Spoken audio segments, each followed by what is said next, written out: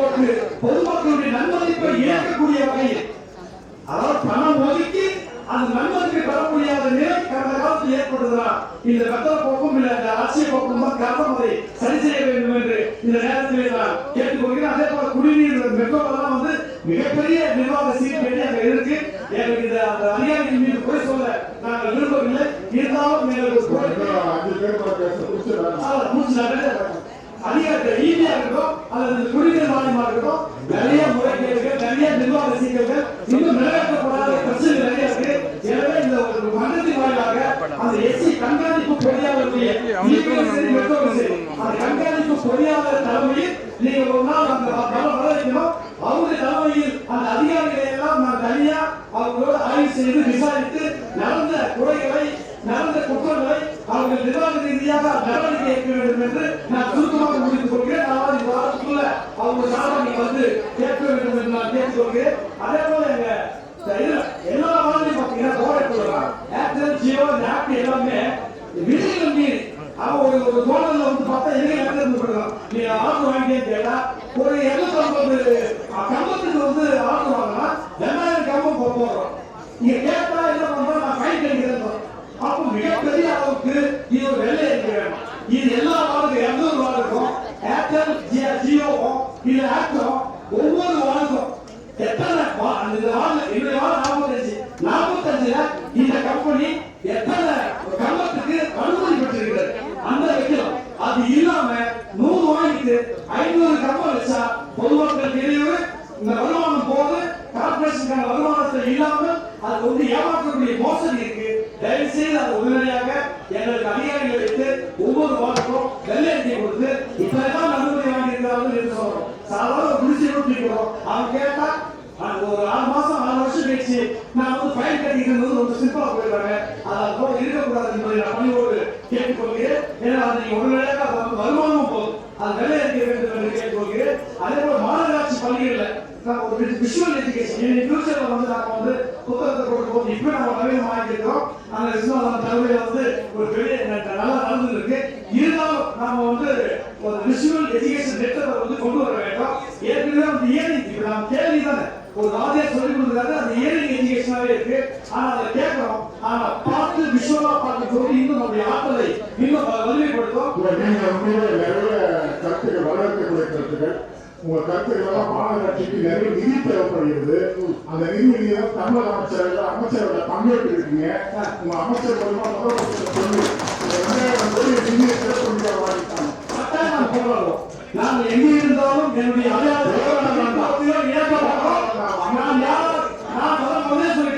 புரட்சியாளர் அம்பேத்கர் இந்த மாநகராட்சியின் அதிகாரத்தை வலிமைப்படுத்த வேண்டும் என்று போராடியவர். அது தமிழ்நாடு அரசு இந்த மாநகராட்சிக்கு நிதி கொடுக்கவில்லை என்றால் அதை எதிர்த்து களமாகவும் விடுதலை சிறுத்தைகள் தயாராக இருக்கிறோம் என்பதை நான் அதிகாரப்பூர்வமாக பதிவு செய்ய கடமைப்பட்டிருக்கிறேன். பத்திரிகையாளருக்கு சொல்றேன் கட்டாயம் தர வேண்டும். மாநகராட்சியுடைய அதிகாரத்தை பறிக்கக்கூடாது என்பதுதான் எங்களுடைய கோரிக்கை. கடந்த முறை அதிகாரத்தை பறித்திருக்கிறார்கள். மீண்டும் மேயருடைய அதிகாரத்தையும் நிலைக்குழு நம்முடைய மண்டலக்குழு தலைவருடைய அதிகாரத்தையும் மீண்டும் திரும்ப தர வேண்டும். அதிகாரம் பரவலாக்கப்பட்டால்தான் ஜனநாயகம் வாழும் என்பதை இந்த நேரத்தில் நான் பதிவு செய்கிறேன். அதே போல இந்த டிஜிட்டல் மயமாக்கும் போது இந்த புத்தக சுமைகளை குறைப்பதற்கு நாம வந்து கம்ப்யூட்டர் கொடுத்து பொருள் நாம கேம்ப் கொடுத்து அவங்க மாணவர்களை வந்து சிறப்பா பண்றதுக்கு எதிர்காலம் நீங்க அதுக்காக நீங்க வந்தாங்க போவோம். ஏன்னா கேள்வியை விட விஷுவலா பார்த்து பண்ணும்போது இங்க இருக்கக்கூடிய மாணவர்கள் விஞ்ஞானியாக மாணவர்கள் வாய்ப்பு இருக்கு. அதாவது நீங்க அவங்களுடைய இன்ட்ரெஸ்ட் அதிகமாகும். அதை வந்து நீங்க போங்க. கடைசியா 2-3 பேர் தான் நம்முடைய எவ்வளவு வார்டில் அலுவலகம் கட்டுமானம் வந்து நமக்கு வார்டில் இருக்கு. அவங்க கிட்ட ஒரு கொடுத்து இப்ப தொடங்கியிருக்காங்க. அதுல அந்த டிராயிங்ல என்ன சொல்றாங்கன்னா எஸ்ஐக்கு வந்து ரூம் இல்லை அப்படின்னு சொல்லியிருக்காங்க. அந்த கட்டுமானம் தொடங்கும் போது கூடுதலா இன்னொரு அந்த எஸ்ஐக்கும் அந்த அலுவலகம் கட்டுற மாதிரி கூடுதல் நிதியை ஒதுக்கி அவருக்கு வந்து அந்த எஸ்ஐக்கும் வந்து அலை வர நீங்க வந்து அந்த பிளான் மாற்றி கொஞ்சம் கொடுக்கணும். அதே போல வந்து எரியூர் சம்பளம் வந்து 761 இருக்கு. அத கூடுதலா வந்து அந்த சம்பள வகைகளை நீங்க வந்து கொஞ்சம் கொடுத்தா ஏன்னா வருஷத்துக்கு ஒரு முறை அரசாங்க நிதி பிரகாரமே நீங்க வந்து அவங்களுக்கு கொடுத்தா அவங்க நம்பிக்கை கொடுக்கும். அந்த எரியூர் தோழர்களுக்கு வந்து நீங்க தொழிலாளிகளுக்கு வந்து அந்த சம்பளத்தை உயர்த்தி தர வேண்டும். அதே போல சுகாதாரத்துறை வந்து பகுதியில் ஊழியர்களாக 2 மணி நேரம் வேலை செய்யறாங்க. அவங்க சம்பளம்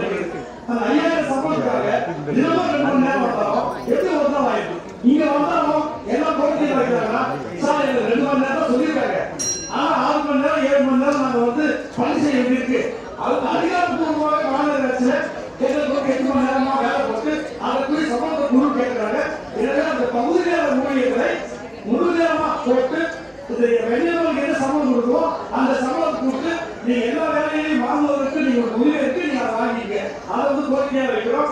அதே போல இந்த டாக்ஸ் அசஸ்மெண்ட் வந்து டிவிஷன்ல வந்து போறாங்க. திடீர்னு பார்த்தா ஹெட் ஆபீஸ்ல போறாங்க. அங்க யாராவது கேட்டா பக்கத்து தெருவில் இருக்கக்கூடிய டிவிஷன் ஆபீஸ்ல டாக்ஸ் அசஸ்மெண்ட் போறாங்க.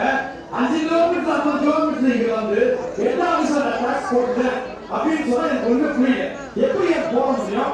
1000 ரூபாய் செலவு பண்ணி வந்து எப்படி போட முடியும்? அது என்ன கவுண்டமணி இருக்கு? அங்க அலுவலகம் இருக்கும்போது அங்கே டாக்ஸ் வசூல் பண்றதுக்காக இருக்கும்போது அங்க 2 இடத்துல வாங்குறதுக்காக மிகப்பெரிய கவுண்டமணி இருக்கு. நாங்க இங்க பொறியாளர் கேட்டா சார் தெரியல இருப்பாங்க, அப்படியே போகணும் புரியல இருப்பாங்க. டாக்ஸ் அசஸ்மெண்ட் கேட்டா கூட சார் ஹெட் ஆபீஸ்ல போட்டாங்க இருப்பாங்க. ஹெட் ஆபீஸ்ல போடுறது சரியா தப்பா, அங்க இருக்கிறவங்க வந்து சரி பண்றாங்களா, எந்தவித கண்காணிப்பும் இல்லாம இருக்கு. தயவு செய்து ஏதாவது ஒரு இடத்துல ஒண்ணு ஹெட் ஆபீஸ்ல போடுங்க, இல்ல டிவிஷன்ல போடுங்க. அது முறைப்படுத்தி அந்த நிர்வாக சீரமைப்பை நீங்க செஞ்சீங்கன்னா வருமானம் வந்து எங்களுக்கு கூட டாக்ஸ் அசஸ்மெண்ட் சார் ஒரு 10 நாளைக்கு வந்து எல்லாம் டாக்ஸ் எல்லாம் பண்ண சொல்றாங்க, பணம் இல்ல, அதனால வந்து டாக்ஸ் வசூல் பண்ண சொல்றாங்கன்னு சொல்லி கொடுத்துருக்காங்க. அப்ப முறைப்படி கண்காணிச்சு அது போட்டா இந்த கவுண்டமணி வராது. எனவே நீங்க அதை பண்ணணும். எங்க அங்கன்வாடி மையம் கேட்டிருந்தோம், சஞ்சய் நகர்ல இருந்தோம், சாஸ்திரி நகர்ல வந்து ஜீவிகாந்தி 21ஆம் தேதி ஒன்றும் கட்டி தருவதாக சொல்லியிருக்காங்க. எனவே இப்படி எங்களுடைய கோரிக்கையை வந்து அனைத்தையும் நீங்கள் வந்து பரிசீலனை எங்களுடைய மண்டலத்தில் வந்து எல்லா கோரிக்கையும் ஆய்வு செஞ்சு என்னுடைய மண்டல தலைவர் அந்த நேதாஜி கணேசன் உள்ளிட்ட அனைவரும் அது உறுதி கொடுத்திருக்காங்க. அந்த பாசிபிலிட்டிஸ் இருக்கு. அதுவும் வந்து கூடுதலான எங்களுக்கு வந்து இவ்வளவு நாள் வந்து கேட்கல. நீங்க சொல்ற மாதிரி அது முதல்வர் தொகுதியாக இருப்பதால் நாங்கள் ஒரு நாள் கோரிக்கை வந்து நாம் வச்சு அந்த கோரிக்கை நிறைவேற்றிக் கொள்வதற்கு வாய்ப்பு இருக்கிறதோ என்கிற அப்பாசையில் நாங்கள் மக்களின் நியாயமான தேவையான உண்மையான கோரிக்கைகளை வைக்கிறோம். எனவே நீங்கள் உறுதிமொழியை வந்து ஒப்புதல் கொடுத்து அனுப்புமாறு உங்களை பணிவோடு கேட்டுக்கொண்டு இந்த வாய்ப்பு நன்றி கூறி விடைபெறுகிறேன். நன்றி, வணக்கம். வணக்கத்திற்குரிய மேயர் அவர்களே, ஒரு சிறிய ஒரு பதிவை நான் இங்கு பதிவு செய்ய கடமைப்பட்டிருக்கிறேன். 1998ஆம் ஆண்டு பாபா சாஹிப் டாக்டர் அம்பேத்கர் அவர்களுக்கு மணிமண்டபத்திற்கு அடிக்கல் நாட்டி 2000ஆம் ஆண்டு அந்த மணிமண்டபத்தை திறந்து வைத்த பெருமைக்குரியவர் முத்தமிழர் கலைஞர் என்பதை நான் பதிவு செய்ய கடமைப்பட்டிருக்கிறேன். அது மட்டுமல்ல, சட்ட நான் பேசுகிறேன். அதே போன்று அவர் வெளியில் வந்திருக்கிற எங்கள் முத்துவேல் கருணாநிதி ஸ்டாலின் அவர்கள் அம்பேத்கர் அவர்கள் எழுதிய புத்தகங்களை, தேர்வு செய்யப்பட்ட புத்தகங்களை தமிழில் பதிப்பிட வேண்டும் என்று உத்தரவிட்டவர் முத்துவேல் கருணாநிதி ஸ்டாலின் என்பதை நான் பதிவு செய்ய கடமைப்பட்டிருக்கிறேன். 2022ஆம் ஆண்டு பாபா சாஹிப் டாக்டர் அம்பேத்கர் அவர்கள் பிறந்த நாளை சமத்துவ தினமாக அறிவித்த பெருமைக்குரியவர் நீங்கள் முத்துவேல் கருணாநிதி ஸ்டாலின் என்பதை நான் இங்கே பதிவு செய்ய கடமைப்பட்டிருக்கிறேன். அதே போல அயல்நாடு சென்று படிப்பதற்கு அவர்களுக்கு கல்வி உதவித்தொகை கிடையாது. அந்த அயலக மாணவர்கள் படிப்பதற்கு கல்வி உதவித்தொகை வழங்க திட்டத்தையும் பாபா சாஹிப் டாக்டர் அம்பேத்கர் பெயரில் அறிவிச்சவர் முத்துவேல் கருணாநிதி ஸ்டாலின் என்பதை இந்த நேரத்தில் பதிவு செய்ய கடமைப்பட்டிருக்கிறேன். அதன் வழியில் இந்த மன்றத்தில் பாபா சாஹிப் டாக்டர் அம்பேத்கர் அவர்கள் புகழ்பெற்ற வைத்த பெருமைக்குரியவர் எங்கள் மேயர் சுயா ராஜன் என்பவரை அவருக்கும் இந்த நேரத்தில் நான் என்னுடைய நன்றிகளை பாராட்டுகளை தெரிவித்துக் கொள்கிறேன்.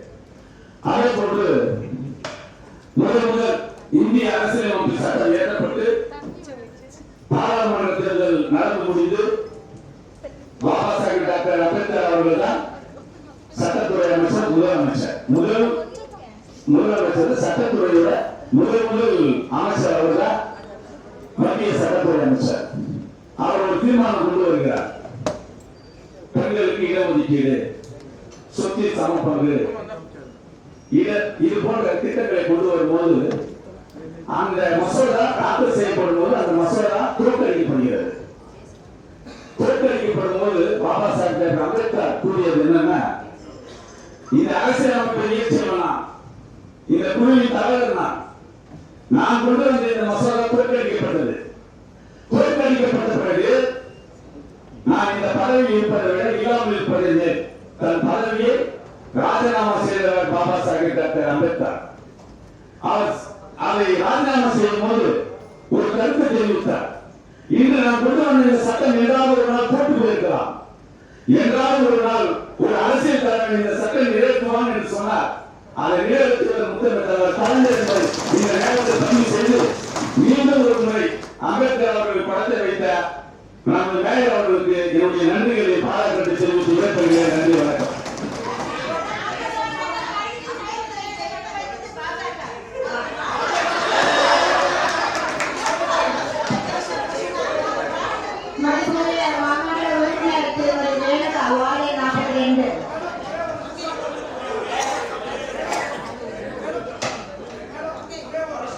விவாதம் திசை மாறி போகிறது. நீங்க அதை சொல்லிட்டு அவ்வளவு கலந்து விட்டு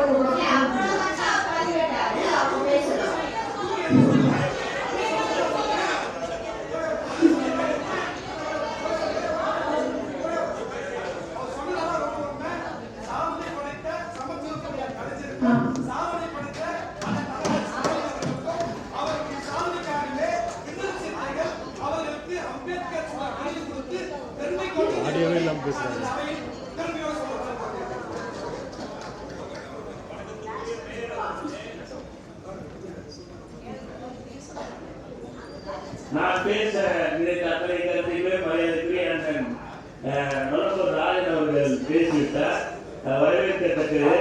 ஆனால் ஒன்றை அவர் பேச மறந்திருக்கலாம். பாபா சாஹிப் புரட்சியாளர் அம்பேத்கர் என்பவர் அனைவருக்கும் பொதுவான உலக தலைவர். ஒரு தனிப்பட்ட கட்சிக்கோ ஒரு இயக்கத்திற்கோ அவர் சொந்தம் கிடையாது. இங்கே இருக்கின்ற அனைவருக்கும் அவர் சொந்தம் என்பதை நம்முடைய மதிப்புக்குரிய உறுப்பினர் அண்ணன் இளஞ்செல்வர் என்கின்ற கோபிநாத் அவர்களுக்கு தெரிவிக்க கடமைப்பட்டிருக்கிறேன்.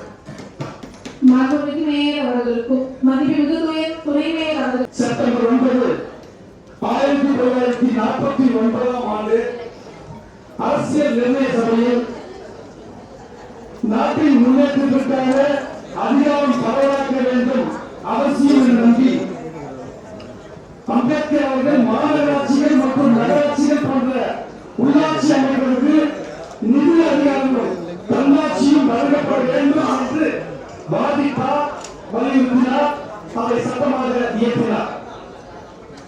அம்பேத்கர் அரசியல் நிர்ணய சபையில் மாநகராட்சிகள் மற்றும் நகராட்சிகள் போன்ற உள்ளாட்சி அமைப்புகளுக்கு நிதி அதிகாரங்களும் தன்னாட்சியும் வழங்கப்பட வேண்டும் என்கிற அவசியத்தை உணர்ந்து வாதிட்டார், வலியுறுத்தினார், சட்டமாக இயற்றினார். அவருடைய இளம் வயதில் பார்த்தீங்கன்னா ஒரு கருத்து பள்ளிக்கூடத்துல படிக்கும் போது எல்லாரும் ஒரு பக்கம் படித்த மாணவர்கள் ஆசிரியர்கள் இருக்கும் போது அவர் மட்டும் ஒதுக்கி ஒரு ஓரத்தில் கோடிப்பணியை போட்டு உட்கார வைத்தார்கள் என்று இளம் வயதில் பேசுவது வழக்கம். அது கவனத்தில் இருக்கு.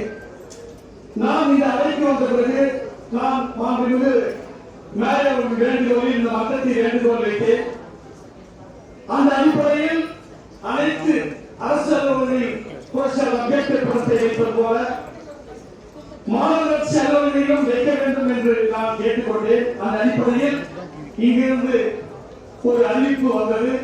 எங்கெல்லாம் வாய்ப்பு இருக்கிறதோ அங்கெல்லாம் அலுவலகத்தில் வைத்துக் கொள்ளலாம், அது சட்டப்படி வைத்துக் கொள்ளலாம் என்று மகிழ்ச்சியோடு ஒரு அறிவிப்பு இந்த மன்றம் அளித்தது, மேயர் அளித்தார்கள். அது பெரும் மகிழ்ச்சியோடு நான் வரவேற்று அங்கே வாய்ப்பிருக்கிற இடத்தில் மனமுள்ள இடத்தில் எல்லாம் வைத்தார்கள். அது நடந்து கொண்டிருக்கிறது. அப்படி நடந்து கொண்டிருக்கக்கூடிய வேளையில் இந்த அவையில் எப்படி இது மிகப்பெரிய அளவுக்கு புதிதாக முதல்வருடைய படம் வைக்கப்பட்டிருக்கிறது, மகிழ்ச்சி தான். நாம் என்றும் போற்றக்கூடிய, நேற்றும் இன்றும் என்றும் மதிக்கக்கூடிய திராவிட மாடல் ஆட்சியுடைய நாயகன் மேலாள் முதல்வர் அண்ணன் ஸ்டாலின் அவருடைய படம் கம்பீரமாக இருக்கிறது. அது எங்களுக்கு பெருமை தரக்கூடியது. அவரை போற்றக்கூடிய வகையில் அதுவும் எங்களுக்கு மகிழ்ச்சி தான். இந்தியாவிலே போற்றக்கூடிய ஒரு தேசத்தந்தை காந்தியடிகளுடைய திருவுருவ படம் மிக கம்பீரமாக இருக்கிறது. அதுவும் எங்களுக்கு சிறப்புக்குரிய மகிழ்ச்சி தான். ஆனால் போன மாதம் வரை இங்கே மாட்டியிருந்த ஒரு புகைப்படம் எப்படி குழந்தை பையை வைத்து ஒரு மூலையில் தங்கி அந்த பள்ளிக்கூடத்தில் எப்படி வைத்தார்களோ தள்ளி வைத்தார்களோ ஆசிரியரும் மாணவர்களும் அதுபோல உலகமே பார்க்கக்கூடிய ஒரு உலக தலைவருடைய படத்தை, இந்தியாவின் அரசியல் சாசனத்தை சட்டத்தை இயற்றி தந்த நவீன இந்தியாவின் சிற்பியின் படத்தை அது தெரிந்து செய்தார்களா, தெரியாமல் செய்தார்களா, அது அறிந்து செய்தார்களா, அறியாமல் செய்தார்களா, எப்படி செய்தாலும் அது பாகுபாடாக இருப்பதை நான் உணர்ந்து மிக வேதனை அடைகிறேன். இதை நம்முடைய கட்சியின் சார்பாக நான் மாமன்ற குழு தலைவர் என்ற அடிப்படையில் நான் என்னுடைய கண்டனத்தை மிக வேதனையோடு பதிவு செய்ய கடமைப்பட்டிருக்கிறேன். புரட்சியாளர் அம்பேத்கருடைய படத்தை இந்த அவையில் ஒரு ஓரமாக, ஒரு மூலையில் அம்பேத்கர் அவர்களை ஓரமாக வைக்க வேண்டும் அப்படின்றது இங்க யாரோட நோக்கமாகவும் இருக்காது, முக்கியமா என்னோட நோக்கமாக இருக்காது. இன்றைக்கு ஆட்சி அமைத்திருக்கக்கூடியவர்கள் மன்றத்தில் புகைப்படத்தை கண்டிப்பாக வைக்க வேண்டும். கடந்த மன்ற கூட்டத்தில் எந்த அளவுக்கு மற்ற மாநகராட்சிகள் எல்லாம் பிரச்சனை ஏற்பட்டது அப்படின்றது இங்க இருக்க அனைத்து மாவட்ட உறுப்பினரும் அறிவும், நீங்களும் அறிவீங்க. சென்னை மாநகராட்சி ரிப்பன் கட்ட வளாகன்றது எவ்வளவு பழமையான கட்டடம் அப்படின்றது இங்க இருக்க அனைவருக்குமே தெரியும். இன்றைக்கு ஆட்சி அமைத்திருக்க ஒரு முதலமைச்சர் அவர்கள் புகைப்படம் கண்டிப்பாக இந்த இடத்துலதான் வைக்க வேண்டும் என்று தெரிவித்திருந்தார்கள். நான் உட்கார இடத்துக்கு தலைமையிலதான் வைக்கணும் அப்படின்றத தெரிவித்திருந்தாங்க. ஆனா அது பாரம்பரிய பில்டிங்ல ஏற்கனவே வைத்திருந்த புகைப்படம் அப்படின்றதுனால அது மாற்ற முடியாத சூழல்னால இந்த பக்கத்துல வைக்கும். மதிப்புக்குரிய அம்பேத்கர் ஐயா அவர்களுடைய புகைப்படம் இந்த பகுதியில வைக்கிறதாக இருந்தாங்க. இந்த கட்ட இருக்கிற பகுதியில எங்கேயுமே ஆணி அடிக்க முடியாத சூழல் இருக்கு. ஏன்னா இந்த கட்டை எல்லாமே மிகவும் பழமை வாய்ந்த மரங்கள். அதே போல இந்த சிலர்கள் பாத்தீங்கன்னா அவங்க எல்லாருமே மேல உட்காரக்கூடியவர்கள், அவருடைய காசை கீழே இருக்கும், அங்க படம் வைக்க கூடாதுன்றதுனால அந்த பகுதியிலும் வைக்க முடியல. அதே போல இங்கேயும் உட்காருறவங்க அவருடைய கால்தடங்கள் கீழே இருக்குன்றதுனால அங்கேயும் படங்கள் வைக்க முடியாத சூழல் இருந்ததுனாலதான் திருவள்ளுவர் படத்துக்கு அருகாமை இருக்க வேண்டிய இடத்துல அந்த இடத்துல வைக்கப்பட்டது. நீங்க குறிப்பிட்ட போல இந்த வகையில பார்த்தோம் அப்படின்னா அப்போ இங்க இருக்க நம்முடைய அண்ணா அவர்கள் உட்கார எடுத்தேக்கும், அப்போ பின்னாடி காங்கிரஸ் இருக்கக்கூடிய உறுப்பினர் அவர்கள் உட்கார்ந்து எடுத்தேக்கும் நிறைய வேறுபாடு இருக்கு. அதுக்காக அவங்க காங்கிரஸ் உறுப்பினர் ஒதுக்கப்பட்டார்கள் அப்படின்றது கிடையாது. மன்றன்றது இது ஃபுல்லாவே மன்றம் தான். அதனால அது ஒரு வேறுபாடா சொல்லாம இது மிகவும் பழமை வாய்ந்த கட்டிடம், எந்த இடத்துல சாத்தியக்கூறுகள் இருக்கு அப்படின்றத ரொம்ப டீப்பா டிஸ்கஸ் பண்ணிட்டு தான் இந்த இடத்துல நம்ம புகைப்படம் வைச்சிருக்கோம்ன்றதை தெரிவிக்கிறேன். ஏதோ வகையில அம்பேத்கர் ஐயா அவர்கள் ரொம்ப நன்றி. நன்றி. நான் கேட்கிற கேட்டீங்கன்னா பள்ளிக்கூடம் என்பது பள்ளிக்கூடம் தான், மாணவர்கள் பள்ளிக்கூடம் என்பது பள்ளிக்கூடம் தான், மாணவர்கள் 50 பேர் உட்கார்ந்து படித்தது பள்ளிக்கூடம் தான். ஆனால் ஒரு மூலையில் வைத்தார்கள் என்பதுதான் வரலாற்றில் பாகுபாடு என்று கருதப்பட்டு இன்றும் அது காயங்களாக மாறி இருக்கிறது. இங்கே நீங்கள் வைத்திருந்த படத்தை எப்படி எடுத்தீர்கள் என்பதுதான் பிரச்சனை. நீங்க புதுசா வச்சீங்கன்னா வைக்கலாம், இந்த 100 வருஷத்துல வைக்கல, 300 வருஷத்துல வைக்கல, அது பிரச்சனை இல்லை. புதுசா வச்சிட்ட பிறகு வைத்த படத்தை எடுத்தீர்களே, ஒருவேளை மகாத்மா காந்தி படத்தை உங்களால் எடுக்க முடியுமா, அல்லது புதிய முதலமைச்சருடைய படத்தை எடுக்க முடியுமா, அல்லது பழைய படத்தை எடுக்க முடியுமா? பாதைக்கு மேலாளர்கள் தெளிவாக விளக்கம் சொல்லி தெளிவாக பதில் சொல்லுங்க.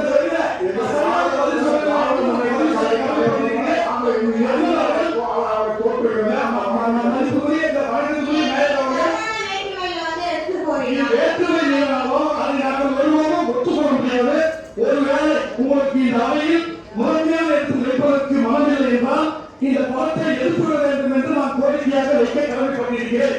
அப்படி வைப்பதாக இருந்தால் நிச்சயமாக காந்தி படத்தையும் அந்த படத்தையும் இரண்டையும் சேர்த்து உங்கள் தலைக்கு மேல் வைத்தால் இது இன்னும் சிறப்புக்குரிய விஷயமாக இருக்கும். மாநகராட்சி எப்படி இருக்க வேண்டும், அந்த அதிகாரம் எப்படி இருக்க வேண்டும், தன்னாட்சி பெற்ற அதிகாரம் இருக்க வேண்டும் என்று போராடியவர் அம்பேத்கர். அவருக்காக போராட வேண்டிய நிலையில் நாம் இருக்கிறோம்.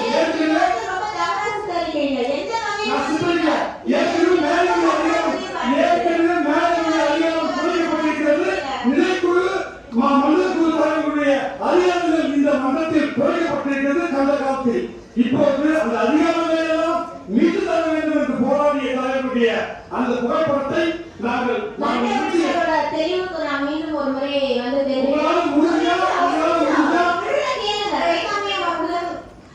அம்பேத்கர் அவர்களுடைய புகைப்படத்தை இந்த பகுதியில தான் வைக்கிறதா இருந்தோம். ஆனா இந்த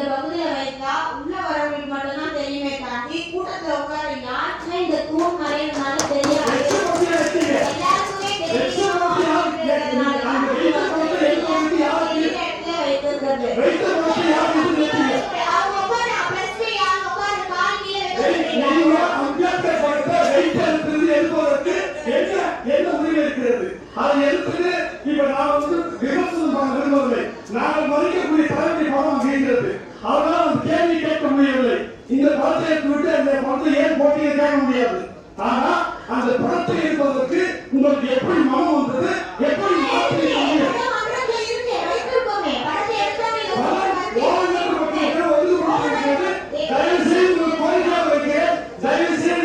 இந்த படத்தை அடுத்த மாணவர்கள் கூட்டத்தில் தயவு செய்து இந்த படத்தை அம்பேத்கர் படத்தை வைக்க வேண்டும் என்று இந்தியா முழுமைக்கும் குரல் கொடுக்கக்கூடிய நாங்கள் முதல் முறையாக அம்பேத்கர் படத்தை இந்த அவையில் இருந்து வெளியில் எடுக்க வேண்டும் என்று நான் கேட்டுக்கொள்கிறேன், பணியோடு கேட்டுக்கொள்கிறேன்.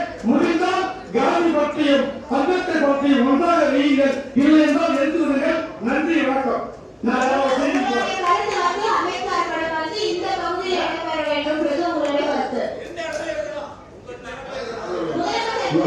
நீங்க அம்பேத்கர் ஐயா, நான் வந்து பேசுறீங்க. அந்த தளபதி ஸ்டாலின் படத்தை எடுக்கக்கூடாது. முன்னாள் முதல்வர் இந்த மாநகராட்சியுடைய மிகப்பெரிய சட்டமன்றங்களுக்கு பாராட்டியவர் என படத்தை எடுக்கக்கூடாது என்பது எங்களுடைய கோரிக்கை. அந்த தளபதி ஸ்டாலினுடைய படம் அங்கே இருக்க வேண்டும். அது இந்த மாநகராட்சிக்கு பெருமை சேர்க்கும் என்று விருது சேர்க்க கருதுகிறது. ஆனால் காந்தியும் அம்பேத்கர் படத்தை வைக்க வேண்டும். இல்லை என்றால் அதை எடுத்து நாங்கள் எங்கேயாவது வைத்துக் கொள்கிறோம். அது நாங்கள் எங்களுக்கு எப்போ காலம் நாங்கள் வச்சுக்கிறோம். தயவுசெய்து அதை விட்டுவிடுங்க. உங்களுக்கு நீங்க ஆலோசனை செய்து அதை முடிவு எடுத்துக் கொள்ளுங்க.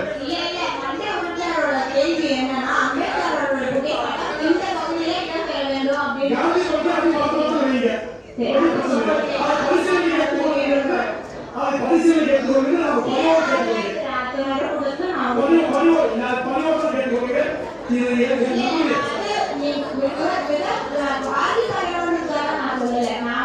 ஒரு விஷயம் சொன்னீங்க, எதனால அப்படின்ற காரணத்தை நான் சொன்னேன். பழமை வாய்ந்த பில்டிங் ரிட்டன் பில்டிங்ன்றது உங்களுக்கு தெரியும். இந்த கட்டையில எங்கேயுமே நம்ம வைக்க முடியாத ஒரு சூழல் இருந்தது. அதனால திருவள்ளூர் பக்கத்துல வைக்கலாம் தான் நம்ம வைக்கிறோம். நீங்க வைக்கக்கூடிய கருத்துக்கள் வந்து வெளியில வேற மாதிரி போகும். எல்லாருமே அம்பேத்கரை பின்பற்றக்கூடியவர்கள் தான். அதனால நீங்க குறிப்பிட்ட மாதிரி இந்த பகுதியிலேயே வந்து வேற மாதிரி கொஞ்சம் நின்று பார்த்துட்டு இப்போது ஆண்டு கொண்டிருக்கிற மாநகராட்சி திராவிட மாடல் ஆட்சிக்கு எந்த கெட்ட பெயரும் வந்துவிடக்கூடாது. அதுக்கு நாங்களும் துணையாக இருக்க வேண்டும் என்ற அடிப்படையில் அந்த பரிசீலனை எடுத்துக்கொள்ள வேண்டும் கோரிக்கை. வேற ஒன்றும் இல்லை. நான் என்னுடைய கோரிக்கை வந்தேன். எங்களுடைய வார்டுல எஃப்எஃப்சி கிரவுண்ட் மைதானம் இருக்கு. அது நவீனப்படுத்த வேண்டும். அதை வந்து குளிரூட்டப்பட்ட நம்முடைய உடற்பயிற்சி கூடங்கள் அது ஆண்களுக்கு தனியாக பெண்களுக்கு தனியாக வேணும்னு சொல்லி நான் கோரிக்கை வைத்திருந்தேன். என்னுடைய மண்டல கூட்டத்தில் என்னுடைய மண்டல தலைவரும் மண்டல அதிகாரிகளும் எல்லாருமே சேர்ந்து நான் வைத்த கோரிக்கைகளை ஏற்று அதை உறுதி செய்திருக்கிறார்கள். அதை எல்லாமே நடைமுறைக்கு கொண்டு வர முடியும், நாங்கள் கொண்டு வர உதவி செய்கிறோம் என்று உறுதியளித்திருக்கிறார்கள். எனவே அவர்களுக்கு நன்றி சொல்ல கடமைப்பட்டிருக்கிறேன். என்னுடைய சேர்மன் வந்து அந்த நேதாஜி கணேசன் உள்ளிட்ட அனைவருக்கும் என்னுடைய நன்றியை இந்த நேரத்தில் நான் பதிவு செய்ய கடமைப்பட்டிருக்கிறேன். இதை அவர் உறுதி செய்ததை நீங்கள் ஒப்புதல் கொடுத்து தர வேண்டும் என்று இந்த கோரிக்கையை நான் உங்களிடம் முன்வைக்கிறேன். எஃப்எஃப்சி கிரவுண்ட்ல நவீனமயமான பார்வையாளர்கள் கேலரி, ஒரு பெரிய கேலரி கட்டணும். நவீனமயமான ஒரு பார்வையாளர் கேலரி கட்டணும். கால்பந்தாட்ட மைதானம் வந்து ஒரு நவீனப்படுத்தப்பட்ட மைதானமாக தேசிய அளவில் பயன்படுத்தக்கூடிய கால்பந்தாட்ட மைதானமாக மாற்றணும். பூப்பந்து மற்றும் எழுபது விளையாட்டு திறன்களை அங்கே உருவாக்க வேண்டும். குளிரூட்டப்பட்ட அதிகாரிகள் உடற்பயிற்சி கூடத்தை நாங்கள் நீங்கள் தனித்தனியாக ஆண்களுக்கும் பெண்களுக்கும் உருவாக்க வேண்டும் என்று கோரிக்கையை வைத்து அதை நடைமுறைப்படுத்துவதாக சொல்லியிருக்கிறார்கள். அதே போல நேதாஜி விளையாட்டு மைதானம் இருக்கிறது. அது ஏற்கனவே ஓரளவுக்கு வந்து அதை நவீனப்படுத்தியிருக்கிறார்கள். இருந்தாலும் மழை காலங்களில் மழைநீர் தேங்கிக்கூடிய இடமாக அது இருப்பதால் இன்னும் அந்த உயரத்தை தூக்க வேண்டும். அதற்காக பெரிய அளவுக்கு வந்து அந்த மண்ணை கொட்டி ஏற்கனவே நம்ம மேயர் வந்து அதுக்காக வந்து முயற்சி எடுத்து நீங்க செஞ்சு கொடுத்துருக்கீங்க. ஆனால் அது ரொம்ப பலமான பகுதி என்பதால் அது இன்னும் மழையில வந்து இன்னும் போகாது. அதுக்கு நீங்க மண்ணை வந்து கொட்டி இன்னும் உயரத்தை தூக்கி அந்த மைதானம் சேதப்படுத்தாமல் பார்த்துக் கொள்வதற்கு நீங்கள் உதவி செய்ய வேண்டும். அதே போல சஞ்சய் நகரில் உள்ள தாலியாகத்துல அதே போல விளையாட்டு இறப்பு வந்து விளையாட்டுகள் இருக்கணும். திருநெல்வேலி உடற்பயிற்சி கூடம் வைக்கிறோம். பணியாளர்கள் அங்கே வந்து கட்டப்பட வேண்டும் என்று நான் கோரிக்கையாக வைக்கிறேன். 200 நாடுகளிலும் உடற்பயிற்சி ஆசிரியர்கள் விளையாட்டுத்துறை பயிற்சியாளர்கள் நியமிக்கப்பட வேண்டும். அப்ப சஞ்சய் நகர்ல வந்து நமக்கு அம்மா உணவகம் வந்து அம்மா உணவகத்துல வந்து பயிற்சி மையங்கள் உருவாக்கணும். அங்கன்வாடி மையத்தை வந்து நீங்க வந்து உருவாக்க வேண்டும் என்று கோரிக்கை வச்சிருக்கேன். அதுவும் உங்க ஒப்புதல் கேட்கிறேன். இந்த உறுதியளிச்சிருக்காங்க. இந்த ஒப்புதலுக்காக நான் கேட்டுக்கொள்கிறேன். அதே போல கணேச கோவில் கட்டி முடிக்கும் நிலையில் உள்ள சமுதாயபுரம் இப்ப வந்து கட்டி முடிக்கிற நிலையில் இருக்காங்க. சமுதாயபுரம் கட்டியிருக்காங்க. அந்த பகுதியில் வந்து கிட்டத்தட்ட பட்டியல் மக்கள் வந்து ஒரு 40,000 பேருக்கு மேல வசிக்கிறாங்க.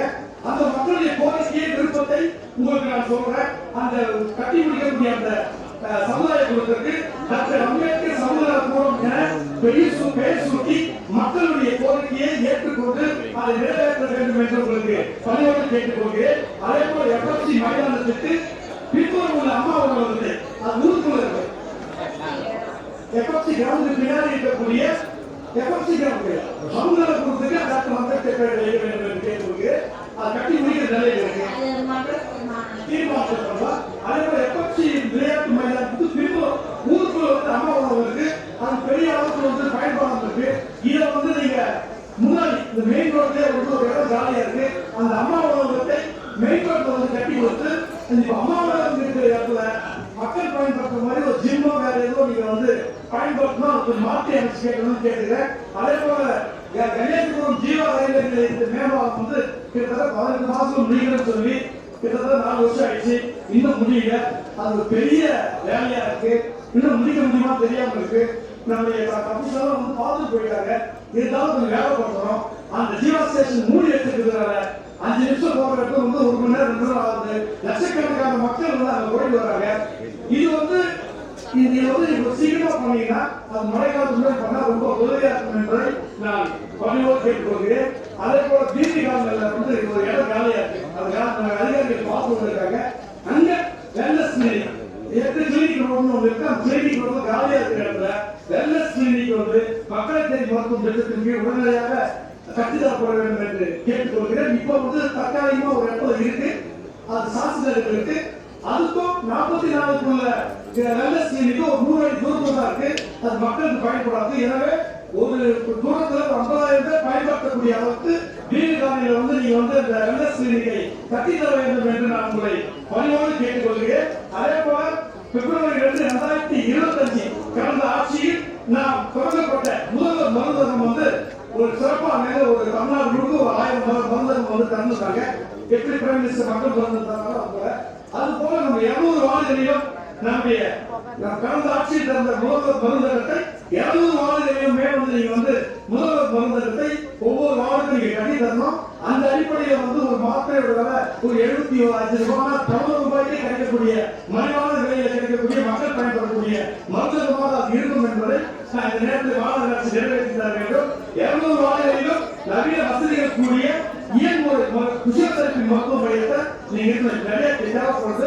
200 வார்டுகள் எங்க வார்டு தேவை, 200 வார்டுகள் தேவை. அதே போல டயாலிசிஸ் சென்டர் ரத்த சுத்திகரிப்பு மையம் திறந்து எல்லா வார்டுகளும் அது வந்து அது கோரிக்கையை நாங்கள் வைக்கிறோம். அதே போல வந்து டிவி காவலியில அந்த பெரிய இடம் உங்களுக்கு அது அதிகாரிகள் ஆய்வு செய்திருக்கிறார்கள்.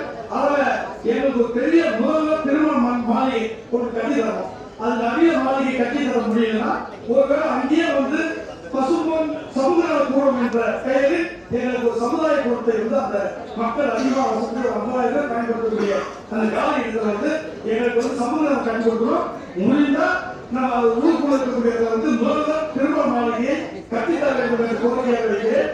சாஸ்திரி நகரில் பழைய வார்டு அலுவலகம் பாழடைந்த நிலையில் உள்ளது. அது உடனடியாக சிறப்பாக உள்ளது. அது உடனடியாக இடிப்பதற்கு நீங்கள் உத்தரவு பெற்றிருக்கிறது. அந்த இடத்துல சாஸ்திரி நகரிலே 35 வருஷமா மீன் மார்க்கெட் கேட்டு போராடி இருக்கிறாங்க. ஏற்கனவே மாநகராட்சியில பணமும் நம்ம வந்து ஒதுக்கீடு செஞ்சோம். ஆனா நடைமுறை செய்ய முடியாம அப்படியே நின்று வச்சு இப்ப இந்த மண்டலத்துல அது உறுதி அளிச்சிருக்கிறாங்க. ஏன்னா அந்த மீன் மார்க்கெட்டை தெருக்கள் சாஸ்திரி நகர் தெருக்களில அந்த மக்கள் புறத்தில் வந்து ரொம்ப பாதிக்கப்படக்கூடிய பள்ளிக்கூட பக்கத்துல பொதுமக்கள் இடையூறாக இருக்கக்கூடிய அந்த மீன் கடைகளை எல்லாம் நிறுத்து இங்க பழைய வார்டு ஆபீஸ் வந்து பெரிய அலுவலகமா கட்டி வணிகவாதமா கட்டி அதுக்கு நீங்க வந்து அதை நீங்க மாற்றி கொடுக்க வேண்டும் என்று உங்களை பணியோடு கேட்டுக்கொள்கிறேன். சாஸ்திரி நகரில் வந்து பூங்காவை ஆரம்பிச்சு பூங்காவை புதுப்பிச்சு நம்ம ஆலை ஆக்குறோம். அது இன்னும் அப்படியே தொடர்ந்து நிலையில இருக்கு. அதையே கொஞ்சம் சீக்கிரமா முடிச்சு தரும்படி கேட்டுக்கொள்கிறேன். இங்க வளர்ச்சியில வந்து போதை போட்டு கலாச்சாரம் 4 நாள் பெரிய வந்து இருக்கு. அது எதுவும் நம்ம மாநகராட்சி மூலமா விழிப்புணர்வு கொடுத்து எப்படியே கட்டுப்படுத்தி வந்தாலும் கூட ஏற்கனவே வந்து இன்னும் பகுதி இருக்கு. எனவே வீதிகாவியில 18ஆம் தேர்தலில் இப்ப இடிக்கப்பட்டுள்ள பிசி வந்து ஒரு கிட்டத்தட்ட வந்து 900 ஸ்கொயர் ஃபீட் காலியான இடம் இருக்கும். அந்த இடத்துல எல்லாரும் படிப்பதற்கு வசதியாக அங்கே ஒரு அம்பேத்கர் நூலகம், பெரியார் படிப்பகம், பசுமன் பயிற்சியம் என்று 3 நிலைகளை வந்து கட்டி கொடுக்கணும்னு கேட்க அந்த இடத்துல வந்து நம்ம 200 ஸ்டடி சென்டர், அந்த ஸ்டடி சென்டர்னா நம்ம கிராம பகுதியில சொற்பொழில வந்து ஸ்கூல் முடிச்சுட்டு வீட்டுக்கு போனா அவங்க வீட்டுல உட்கார்ந்து படிக்கிறதுக்காக சூழல் இருக்கா. அவங்க படிக்கணும் விரும்பினாலும் அந்த வீடோ அந்த வாய்ப்போ சூழல் அமைக்கிறார். எனவே நம்ம மாநகராட்சி ஒவ்வொரு வார்டிலையும் ஒரு ஸ்டடி சென்டர் மாதிரி ஒரு பெரிய ஏதான ஒரு சூழலை ஏற்படுத்தி விட்டாங்க. ஸ்கூல்லயே வந்து எக்ஸ்ட்ரா கிளாஸ் நடத்தினா கூட மனநிலைக்கு சரி இருக்காது.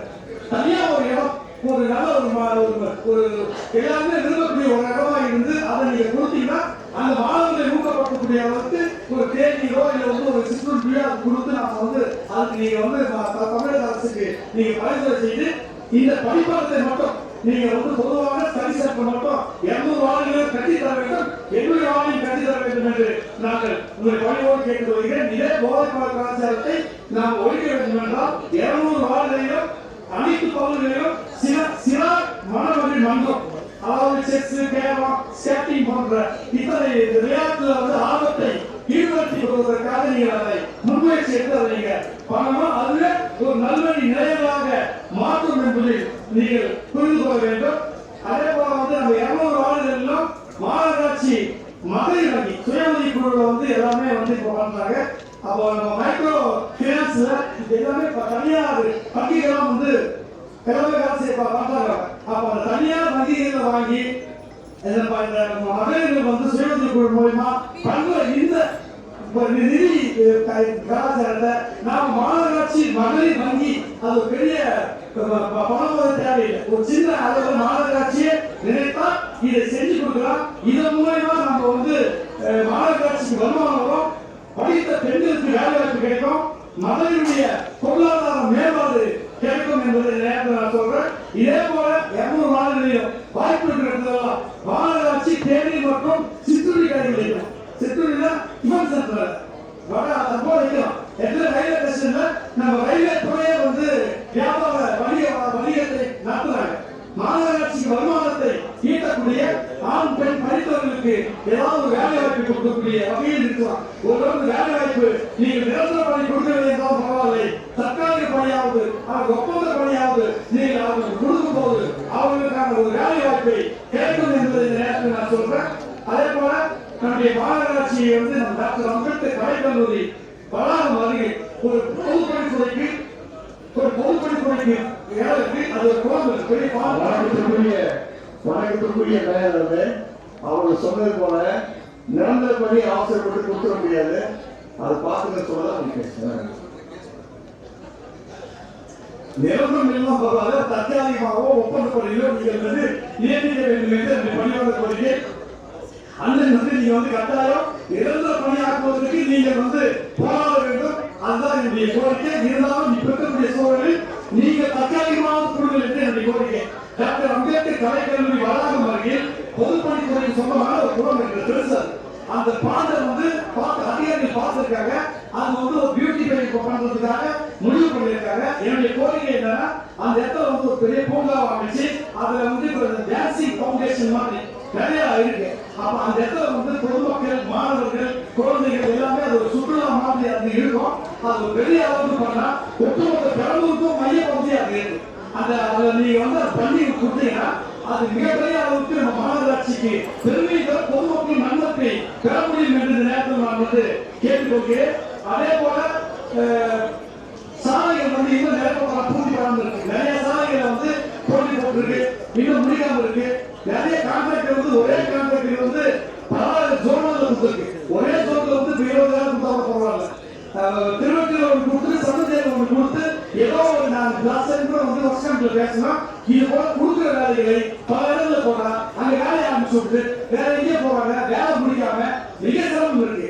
நான் வந்து சொல்றது என்னன்னா, போன ஆட்சி மாண்புமிகு மேலாள் முதல்வர் அவர்கள் என்ன திட்டம் கருத்து கூட ஆணையாளர் இந்த பேக்கேஜ் சிஸ்டத்துல ஒரு மண்டலத்துக்குள்ள ஒரு பேக்கேஜ் உருவாக்குங்க. மண்டலம் விட்டு மண்டலம் போகாம எதிர்காலத்துல அது நிறைய கடந்த காலத்துல நிறைய குரல்முறை இருந்தது அந்த ஒப்பந்தக்காரன் பிரச்சனையில. ஒரு மண்டலத்துக்குள்ள இந்த பேக்கேஜ் அமைக்கிற முறையை நீங்க செயல்படுத்துவதை கேட்டுக்கிறேன். ஏன்னா இது குறிப்பிட்ட ஒரு சில பேக்கேஜ் வந்து இப்போ ஃபோன் 4 எடுத்துருக்காங்க. அதே போல அதே வந்து 414 எடுத்துருக்காங்க. அப்போ அவங்க ஆளுமையோடு இவங்களால நாட்டில் வந்து இப்போ இதோட சூழல் ஏற்படுது. அந்தந்த ரீஜன் உட்பட்டு ஜோன் உட்பட்டு இந்த மாதிரி பணிகள் மேற்கொண்டா மாமேதை மாஸ் ஆகியோரை பொட்டானிக்கல் நேம் அதை அட்டாச் பண்ணியதான் நாங்க ஃபார்மர் கமிஷனருக்கு ஒரு 3 மாசம் முன்னாடியும் லெட்டர்ல அனுப்பினேன். அந்த பர்டிகுலர் ட்ரீ வந்து நான் முன்னாடி இதை பத்தி பேசியிருக்கேன். This is the 3rd time or the 4th time. I have even sent a letter. இப்போ ரீசெண்டா நீங்க பப்ளிக் டாய்லெட்ல குழா அடைச்சிக்குது. அது 3 மாசம் கழிச்சு வாங்க எங்க மீட்டிங் இருக்கு நான் அப்ப அப்ரூவல் பத்தி இது பண்றோம் அப்படின்னு நம்ம சொல்ல முடியுமா? அடுத்தது நம்ம முடிக்கணும்னா அந்த 6 மாசத்துல முடிக்கிறதுக்கு கூட நீங்க நம்ம இன்னும் எஃபர்ட்ஸ் எடுக்கலைனாக்க where do we stand? Public கிட்ட போய் சொல்லலாமா? அலாட்மெண்ட் ஆகல இருக்கு, எங்களுக்கு எந்த வித இதுவும் வரல, அதனால எங்கள் ஃபண்ட்ஸ் ரிலீஸ் பண்ணாம அதை பத்தி ஒன்றும் பேசாம இருக்கிறது இஸ் இட் ஃபேர்? நியாயமா? 1 வருஷம் 12 மாசத்துலயே நம்முடைய ஆளுங்கட்சி தலைவர் ராமலிங்கம் அவர்களே, நிலைக்குழு தலைவர் அவர்களே, மண்டல குழு தலைவர்களே, அனைத்து மாமன்ற உறுப்பினர்களே, உங்கள் அத்தனை பேருக்கும் நான் சார்ந்த 10வது மண்டல வார்டு குழுவின் சார்பில் அனைவருமே மக்களால் தேர்ந்தெடுக்கப்பட்ட பிரதிநிதிகள் தான். அதனால் எந்த ஒரு வேறுபாடும் காட்டாமல் சமநிலையில வந்து அதிகாரிகள் பயணிக்குமாறு கேட்டுக்கொள்கிறேன். நன்றி நன்றி நன்றிமா. மதிப்புக்குரிய நீங்க ஒரு 2-3 நாள் கழிச்சு இன்ஸ்பெக்ஷன் பார்த்துட்டு அதுக்கப்புறம் எஸ்டிமேட் போட்டு பொலிட்டிக்கல் ஸ்டேட்ல அவங்க பார்த்துக்காம பேசுறாங்க. அதிகாரிகள் அதிகாரித்துவத்தோடு நடந்து கொள்ள வேண்டும். ஏன்னா இந்த மன்றம் அப்படின்றது மக்களுடைய குரல்களை எழுப்பக்கூடிய ஒரு மன்றமாக இருக்கிறது. அப்படி இருக்கும்போது இந்த மன்றத்துல வந்து ஒவ்வொரு மாநகர கேட்டு அன்போடு கேட்டுக்கொண்டு உங்களுடன் பணி செய்து இணைந்து பணி செய்ய நாங்கள் தயார்.